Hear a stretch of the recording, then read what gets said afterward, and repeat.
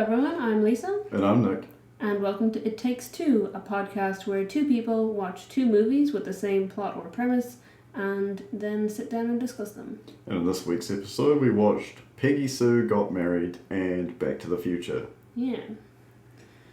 So they both came out the same-ish time? Yeah, Back to the Future was 85, Peggy Sue Got Married was 86. Interesting. We're on a rare one here in that the budget is almost exactly the same for the two movies, which makes the box office comparison much easier. Let me guess. Back to the Future made way more money. You'd be right. So Shock. The budget for Peggy Sue Got Married was $18 million.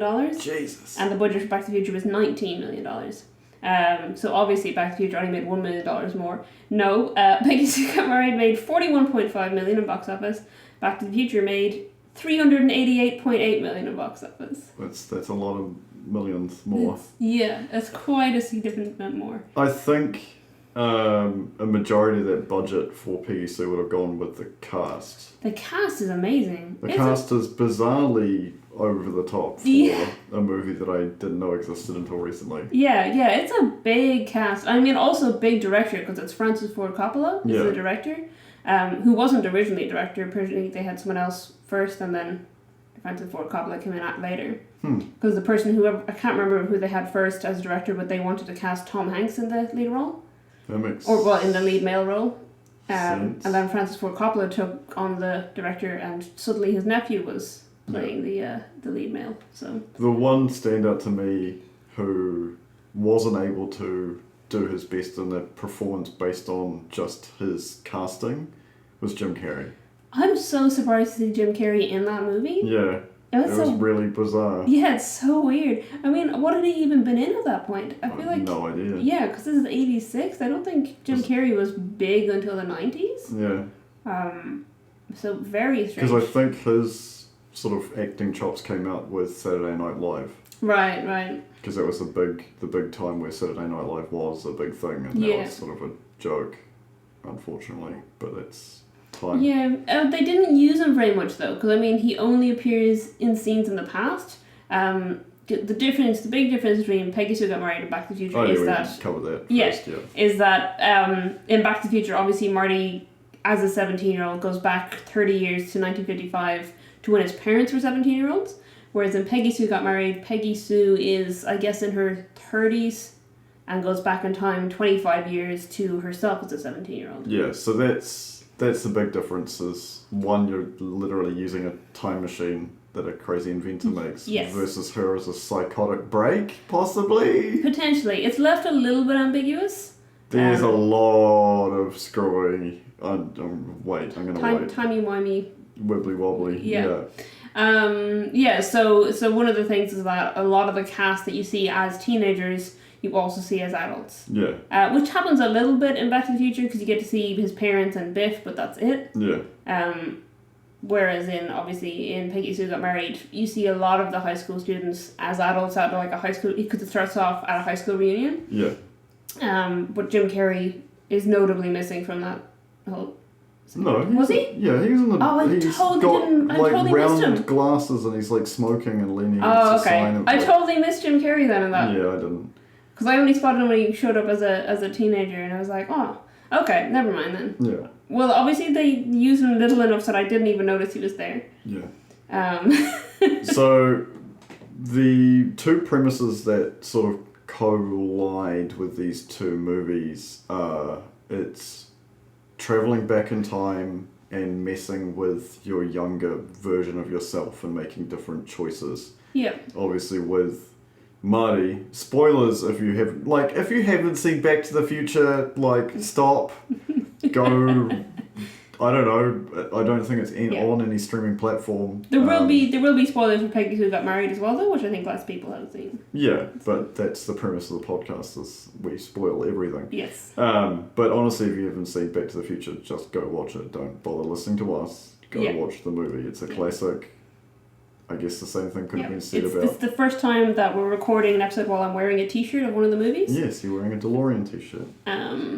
It was a weird one for me to sit down and watch this and take notes, because, I mean, I've seen Back to the Future so many times. Yeah, it was a favourite for me as a kid. I've got I've got more lines than I did for Great Escape, but not many. Yeah. I just noticed a few things because I've learned things later on. And I was taking it this time round with a more, I wouldn't say analytic view, but I did pick up a few things I'd never seen before. Right. But that was maybe because I was paying more attention, I guess, because I was writing notes down. Yeah, yeah. Obviously the female character to male character is a big difference because you're looking at it from a female point of view in an era where I guess women weren't exactly treated the best, and you see a lot of it in Peggy Sue Got Married because her opinion is basically like, oh, you're just being silly, like you're a silly girl, your opinion doesn't matter. And there's a lot of like, pressurizing her to not break up with her boyfriend because it's like, well, what else are you gonna do? You gotta get married to him, you gotta have kids, you know. And her, her big thing is, which is the title of the film, is, Peggy Sue got married, and that was the end of her story. Yeah, that was sort of the... there was a term I used to use for it, and I can't remember what it is now, and it's annoying me, because I'm normally the person with terms that no one else understands. I'll use a Doctor Who term. That's the point that's time-locked. Yeah. It's about her being married, and that's her, I guess, psychotic break that happens during the reunion, pushes her backwards in time to her younger self, because in the reunion she's talking about how she'd like to do things differently and how she's like in an unhappy marriage and they're separated and they're going to get divorced. Which there's a lot of comparisons with that within Back to the Future because obviously because of life choice, especially in the beginning before Marty goes back. Yep. In the DeLorean with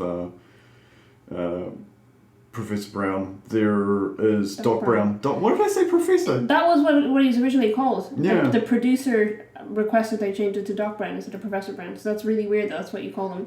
It was in one of the... Maybe I'm making stuff up to cover myself up. I'm sure it was in one of the news clippings inside Doc Brown's house. Oh, maybe. Professor...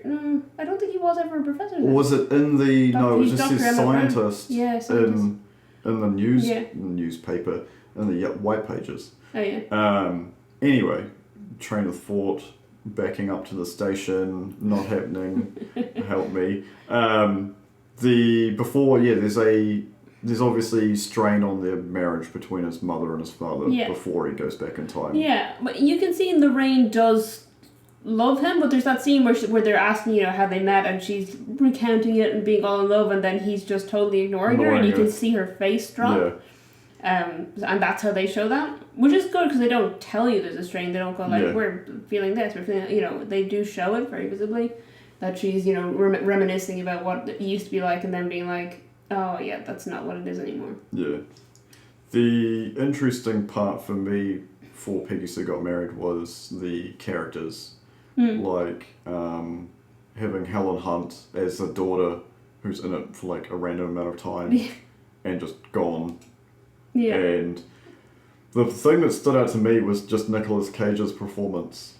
In a good way or a bad way? It was everything about, there's some bits I'll go into in a second, but just his voice. Yeah, apparently they almost fired him over the voice, and he assured them that it would be, a good idea. No. Yeah, I don't agree that it was a good idea. There's also a scene where he was eating, which he was eating really weirdly. And it was just so bizarre, because he's sitting down having a dad talk with Peggy Sue's dad.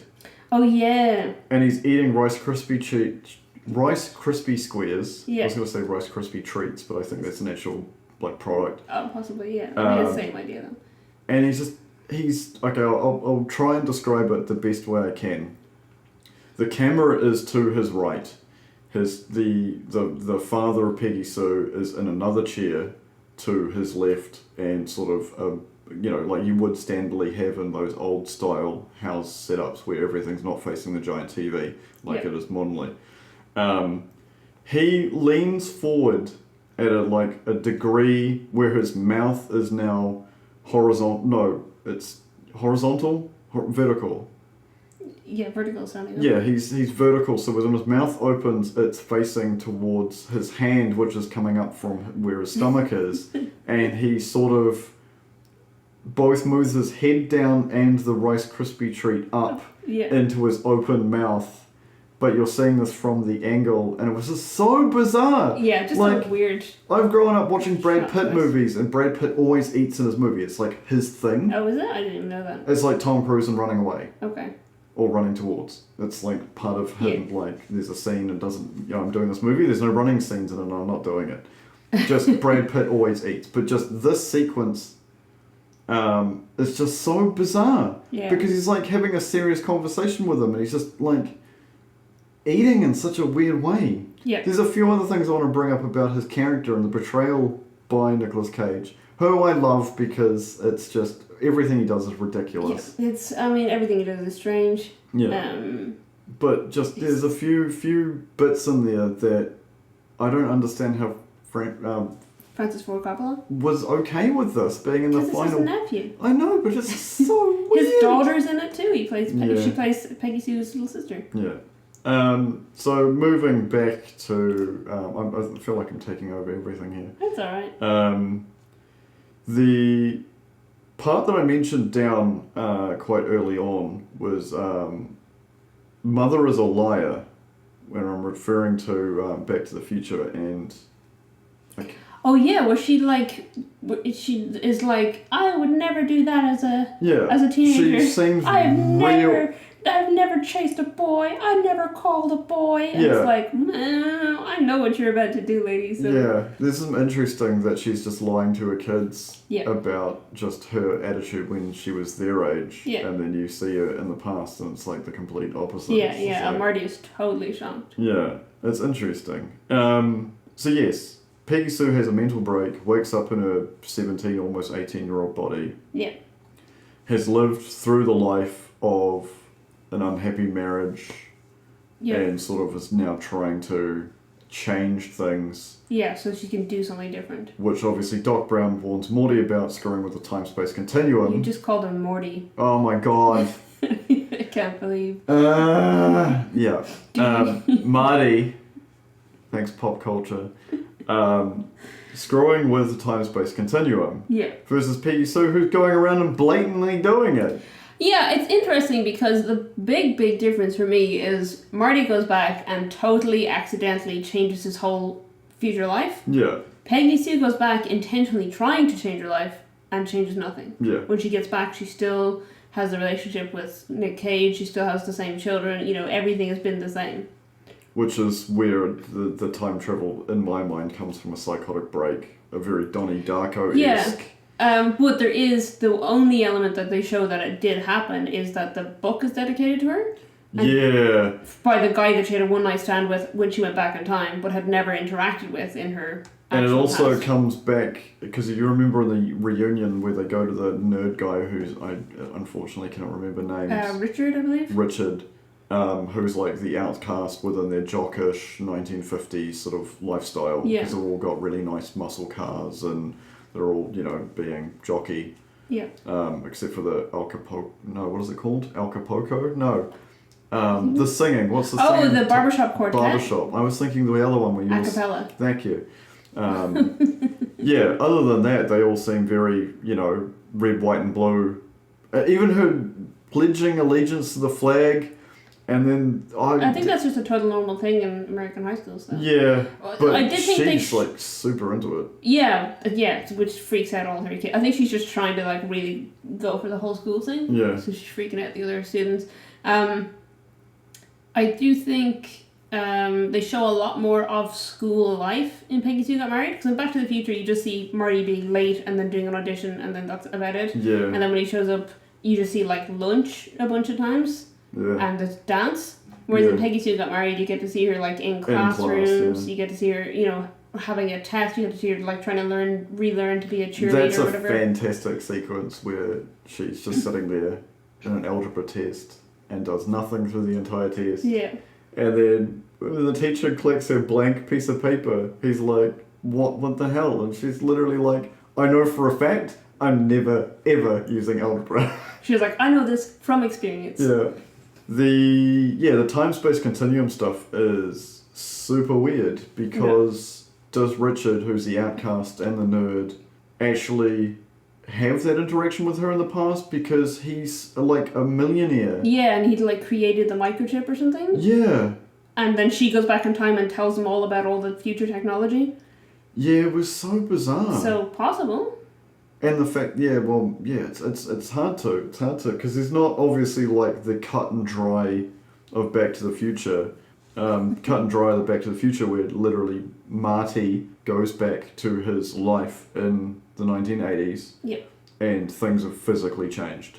Yeah, and I mean, not that we're going to talk about it much, but because it's not part of the episode, but Back to the Future 2 goes into that on a whole lot more depth. Yeah. Where it's all about those changes and how it happens.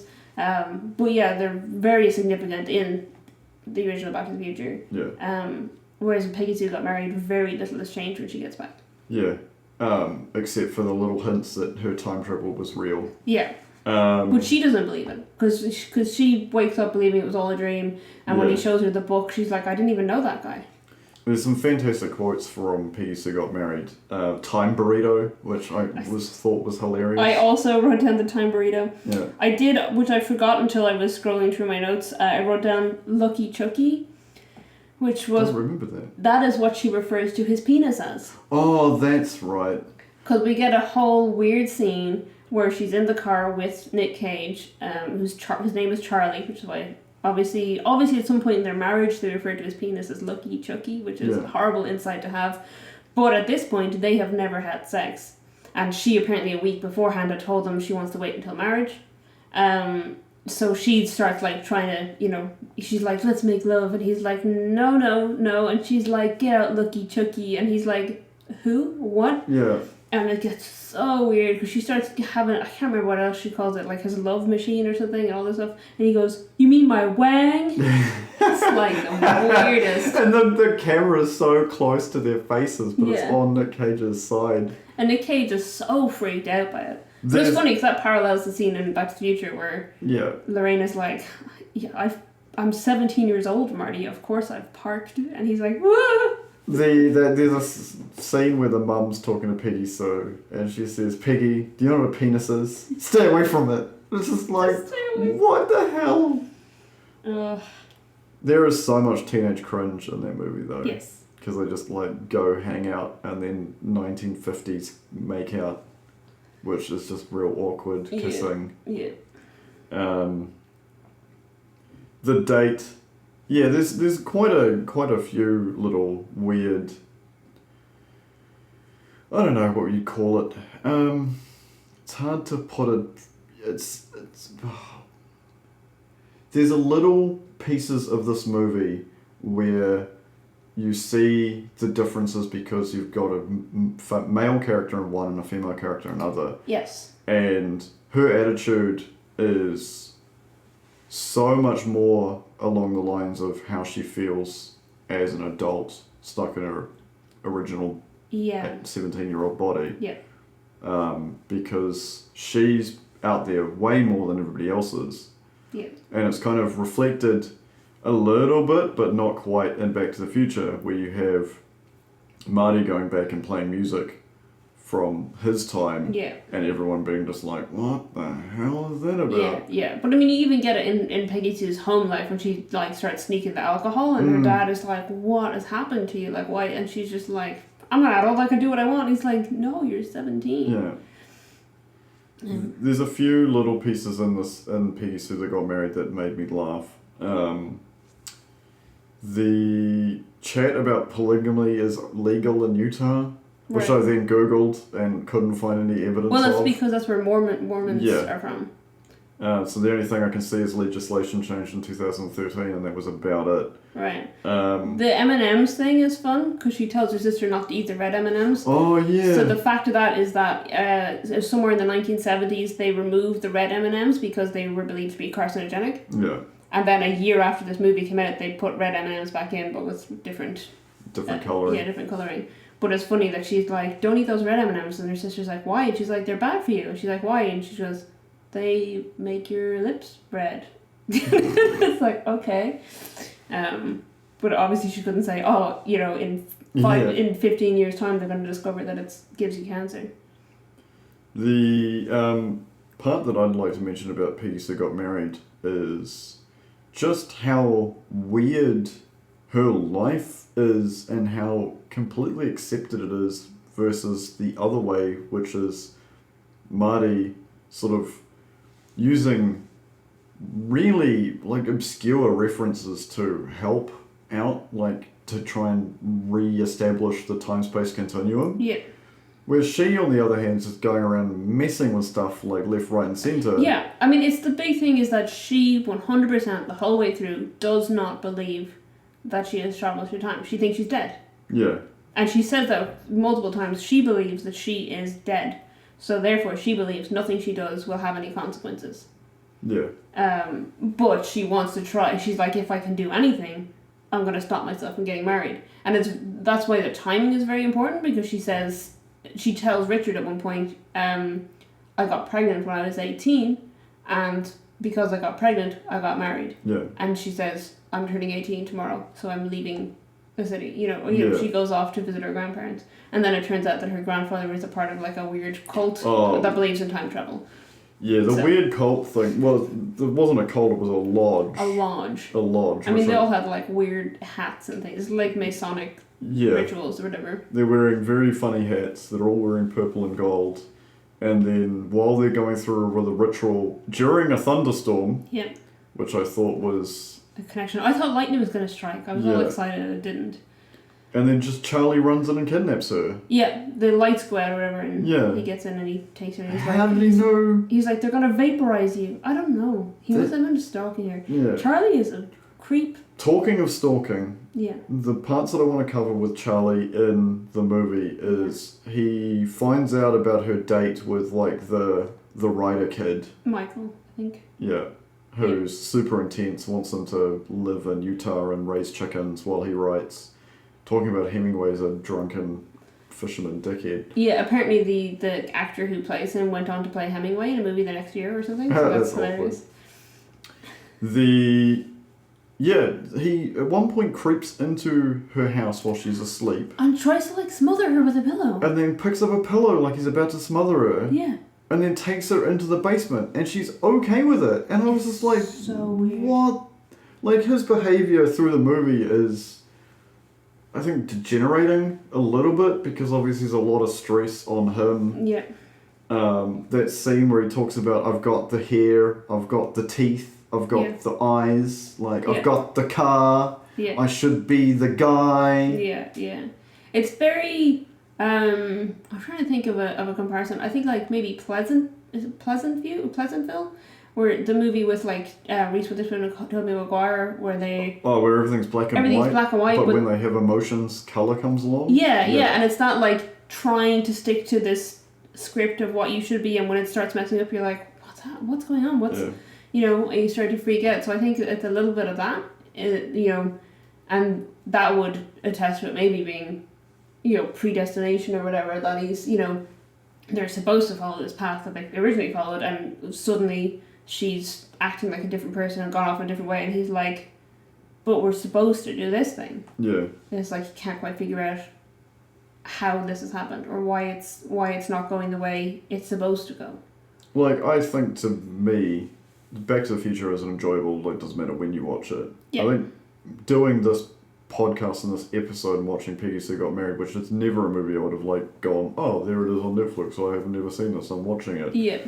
It's not like a childhood classic for our generation, and obviously with the box office it wasn't a classic then either. Yeah. It's just there's so much of a difference because of the gender difference between the two movies.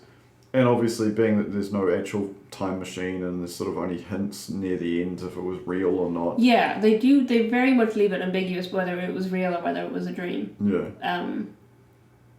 But I mean, in both cases, Marty wakes up also thinking it was a dream and then discovers. But he walks out and his siblings are different, his parents are different. He's got Biff is waxing their car. He's got his own car. His parents know that he's in a relationship with Jennifer and are happy with it. Yeah. It's like a total change, and then Doc Brown comes back and stuff. Whereas in Peggy Sue Got Married, she also wakes up believing it's a dream, and then the only hint is that some guy that she hasn't spoken to in 25 years has put her name in a book. Yeah. The weird thank you from Richard in the reunion. Oh, right. Yes. That was the other bit that I was like, oh, maybe this is real. Yeah. It's very... Yeah. I like movies when they put the title of the movie in the movie as a line.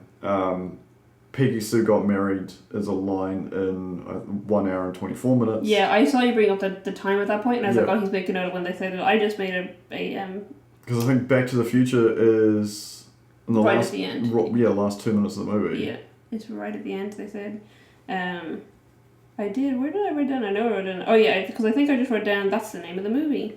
Yeah, I was making an Arrested Development reference in my own notes. Yeah. That's the name of the movie. But yeah, she does, but that's because Richard says to her, you can change your fate, I'll marry you, marry me today. Yeah. And then she's like, no, Peggy Sue got married, and that's the end of it. Yeah. So she's trying to just avoid marriage altogether. Which is ironic, because she ends up in the same place at the end. I find that quite disappointing. But the other thing is that she never once considers her children. Yeah, see, the only part where she brings up her 2 kids, her daughter being played by Helen Hunt, is at the end when she's talking to her grandparents. Yeah. Tells them that she's from the future or possessing her younger body. Yeah. And they're like, oh yeah, that's completely cool. We're like totally into it. Yeah, it's because her grandfather's part of the lodge that was founded by a time traveler. We know all this. Yeah. Yeah, so she mentions, she has 2 kids or whatever, but like for the whole movie leading up to that, she doesn't give them any consideration. Because, I mean, it's like, A, if you're dead, would you not be upset that your children are going to miss you? Yeah. And B, if you start to believe maybe this is real, and she starts trying to change it so she never gets pregnant, would she not ever have a moment where she thinks about, well, what about my daughter? Yeah. What about my son? And it's really interesting to me that she doesn't ever consider them. Versus where Marty's trying to keep his family together, otherwise he doesn't exist and his brother and sister don't exist, which is one of the sort of turning points of the burning fuse of the movie, where he's trying to play with the band and literally watching the photo of his family members disappear. I think Back to the Future has much more tension because it has a deadline. Oh, yeah. From the second but from, the first time he speaks to Doc Brown in 1955, they realize, the only thing that will get you back to your present is a lightning strike, and we know that lightning is going to strike this one place at this one time on this one day. So that's your only chance to get back is this one thing.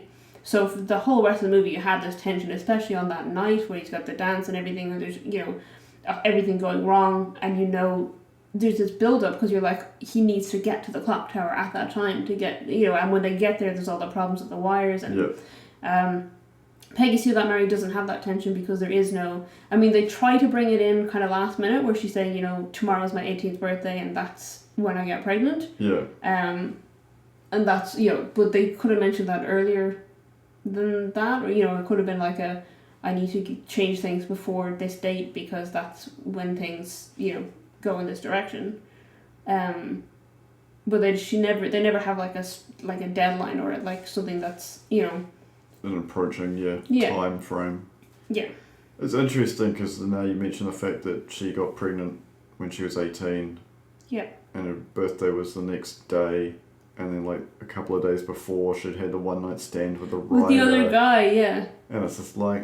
yeah, I did think that, but she obviously never thought about it, but it would be interesting. That would have been something for them to explore, I think. Where her actual firstborn son is not... Yeah. Yeah. Yeah, if her first child was actually the writer's child. Yeah.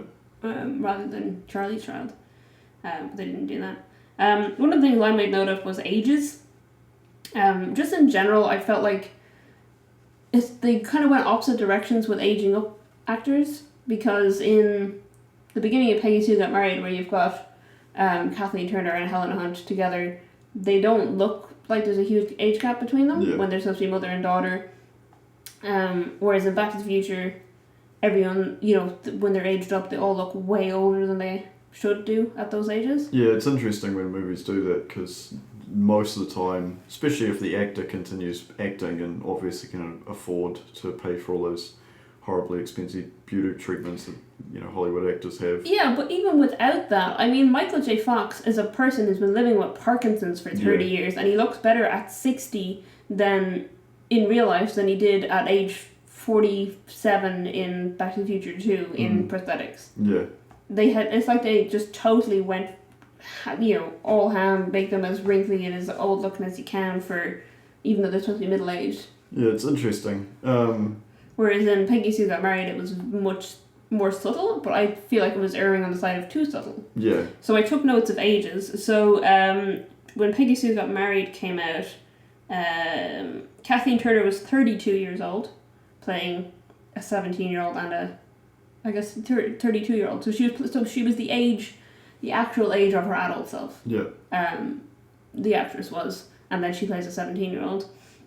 Nicolas Cage was 22, so he's like closer to a 17-year-old than... The aging up that he did for the end is they basically just gave him weird hair. Yeah, they just kind of greyed his hair a little bit. Yeah, they which is hard to tell because the only two sequences you really see him in is on TV and then in the hospital afterwards. Yeah. No, you see him he does show up at the reunion at the beginning. Yeah, but it's dark, so you wouldn't... Right, okay. You can only really tell it's him by the profile and the fact that, the light hits his face. Yeah, you can see him a decent amount, but I mean, it's quite subtle. Though he does look... I feel like he looks more like Nicolas Cage did at 32 than Michael J. Fox did at 47, or than Leah Thompson did at 47. So Nick Cage was 22, and Helen Hunt, who plays her daughter, was 23. So she was older than Nicolas Cage when they filmed. Back to the Future then, Michael J. Fox was 23. Leah Thompson was also 23. She's a week and a half older than him, playing his mother. And Crispin Glover is 20. So he was 3 years younger than the two of them. Oh. Can I just point out, Crispin Glover always comes off as super creepy in everything he plays. Because you've seen Charlie's Angels, eh? Yeah. Yeah, where he plays the thin man. He just comes off as his dad. He just plays George McFly, but just silent and knows kung fu. I think he's been typecast as just a sweaty, nervous dude. Yeah, apparently he was so nervous filming Back to the Future that he lost his voice a lot. So a lot of George McFly's scenes are him mouthing, and then they re-recorded the audio afterwards. Oh wow! Because Crispin Glover was genuinely so nervous filming it that he kept losing his voice. It's good. It's good because he really comes off as like... I mean, it works for the character 100%. Yeah, it definitely does. Definitely does. So it's, it's good. Obviously then Crispin Glover had a whole lot of negative interactions with the whole production because he didn't want to be in the sequels, and they cast someone and used his likeness without his permission, and he sued them for quite a lot of money. Yeah. So that's quite, not a fun experience to take away from it, but in Back to the Future, he's great. Yeah. I think he does a good job. But it's interesting that he was genuinely so nervous playing it. So the only part of trivia that I really know about Back to the Future is DeLoreans can't actually go 88 miles per hour. Yeah. Apparently, John DeLorean wrote a letter to Robert Zemeckis and Bob Gale thanking them for immortalizing his vehicle. Well, it is immortalized. Yeah. You see it in Ready Player One. Everyone knows the DeLorean is a time machine. Yeah. There's T-shirts that I think people have where you have the TARDIS and the DeLorean crashed into it. Right. It's part of pop culture forever. Yep. When it was at a time when it was about to kind of crash and go out of business. Yeah, well it did. It failed because it was expensive. They had mechanical issues. They were super heavy because as Doc Brown explains, it's completely made out of stainless steel. Yeah. And also mentioned in Donnie Darko why the DeLorean was used as a time machine. They were trying to make a comeback recently, I think the DeLorean company, and they were going to go all electric. Yeah, they are. In the States, they're pretty big. Yeah. And they now come apparently with a flux capacitor as a decoration in all of them, which is cute. Yeah. Yeah, so it's they did immortalize the car. Yeah. So he wrote them a letter thanking them for it. They also apparently had to, all of the scenes and all of the lines that reference Ronald Reagan, they had to run those by the presidential office to make sure that they were okay with them, and they thought they were going to have to cut them because they're not very nice to him. But apparently that scene where, where Doc asks Marty, who's president in 1985, and he says Ronald Reagan, and he's like, the actor? Apparently his total disbelief in that. Ronald Reagan loved it so much he made them rewind it and play it again. Because he does bring up the fact that the reason that Ronald Reagan could have been president is because camera technology is so advanced. Yeah. So you want someone who's good on camera, yeah. I was thinking about this the other day. It'd be amazing to go back in time and give every president of the United States Twitter. Oh my god. Because some of the presidents of the United States in the past are borderline batshit crazy. Yep. Like I love, like some of my favorite people of history have been American presidents because they are just so batshit crazy, and you're just like, what? How were they elected? Oh, they were like shooting people and stuff and riding like moose and like it's insane. Yeah, I mean, if you gave any historical figure from the past a Twitter account, it would be interesting to read. I think. Very interesting. Yeah. Any trivia you've got? I took down 2 pieces of trivia about Back to the Future that I didn't know before. One of them's not really about Back to the Future, or it kind of is. Well, the bit of trivia I didn't know before was that the phone number for Doc Brown in the Yellow Pages, when Marty looks him up in 1955, is the same phone number that Jennifer writes on the back of the flyer, saying it's her grandmother's phone number. Interesting. It's the same phone number. Which is 555-4385. So that's interesting, because I'd never spotted that. The other one isn't really, it's just funny. It was at a cast reunion, Michael J. Fox says that strangers still call him McFly constantly. They just shout McFly at him. But he said that the most remarkable instance was he was in a remote jungle in the South Asian country of Bhutan, located between China and India, in the Himalayas, and a group of Buddhist monks passed him, and one of them looked at him and said, Marty McFly! Can you imagine going to the middle of literally nowhere? Literally middle of nowhere, in the Himalayas, in Bhutan, and a Buddhist monk looks at you and is like, that's Marty McFly! I just think that's hilarious. It's interesting how pop culture works. Yeah, it's so funny. So... yeah, I didn't actually take down any of the notes. I did look through IMDb trivia for Peggy Sue Got Married, but I didn't take note of any of it, so I must not have... nothing stood out to you? Nothing stood out as podcast worthy. I think going over their ages was good enough.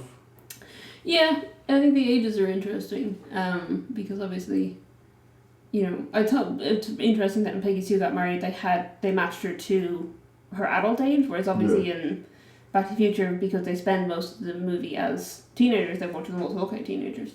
So it's interesting that they chose an actress who was in her 30s to play a 17-year-old for most of Peggy Sue Got Married. But she looks like she could be a teenager, Yeah. So that's the thing with not high definition. Yeah. Is you can sort of fudge a lot of that. I did think that maybe they wanted her to look more adult, so they could get away with things like the drinking scene and her trying to initiate the sexual interactions. The only other thing that I noticed between the two of them is that they both feature a band of all black men with the white male protagonist stepping in to be the singer. It's like, okay. So obviously in Back to the Future, it's because one of them injures his hand, so Marty steps in as a guitar player and then takes over to do Johnny Be Good. Whereas in Peggy Sue Got Married, it's Nicolas Cage just sings with this band sometimes, apparently. He's trying to get noticed by an agent. Because it's sort of very similar. Marty's trying to get a band deal, a record label deal. Yeah. And then at the same time, Charlie, Nicolas Cage's character, is trying to do the exact same thing. Yeah. And I think his rejection over the years led a lot to their marriage being unhappy. Yeah. I think that's the one thing that I think did change with Peggy Sue, was that when she went back and she got a refresher of all of that, she kind of went, oh, he gave up on his dreams as well, which she hadn't really considered because he'd been cheating on her and, whatever else had been going on. I think she'd been so focused on herself she forgot that he had dreams that he'd also had to give up. Yeah. Probably also because they, got married at 18 because she was pregnant.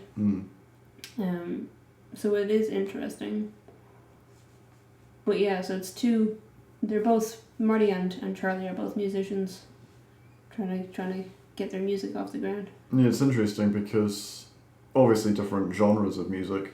Yes. And different eras, but yeah, it's interesting that also moves over between two movies. Yeah. Like it's interesting. Yeah, and it's interesting because obviously we see in Back to the Future 2 that Marty also doesn't have a music career that takes off.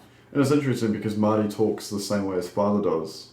Yeah. And there's a lot of that sort of changes in the time. Obviously, Biff becoming his like manservant, versus when he was in the past and in the, I wouldn't say prime timeline, but the original timeline. Yeah, I marked it as Alpha. Yeah. In my 1985 Alpha. Yeah. I think they do A and B in Back to the Future 2, but that feels inaccurate to me because what they refer to as 1985 A is actually already B because there already has been a previous 1985 that Marty's messed up. Yeah, you get into that weird Terminator level of where the timeline actually is anymore. Yeah. But that's a conversation maybe for another. Yeah. We'll have to do a Terminator episode where we find something that works with Terminator. Yeah. You got anything else to? No, I'm done. I guess we're done then. Yeah. Alright. So you can find us as usual on Facebook at It Takes Two Pod and on Instagram and Twitter at @ItTakesTwo_pod. And thank you very much for listening. And we'll catch you next time. Stay safe. Bye.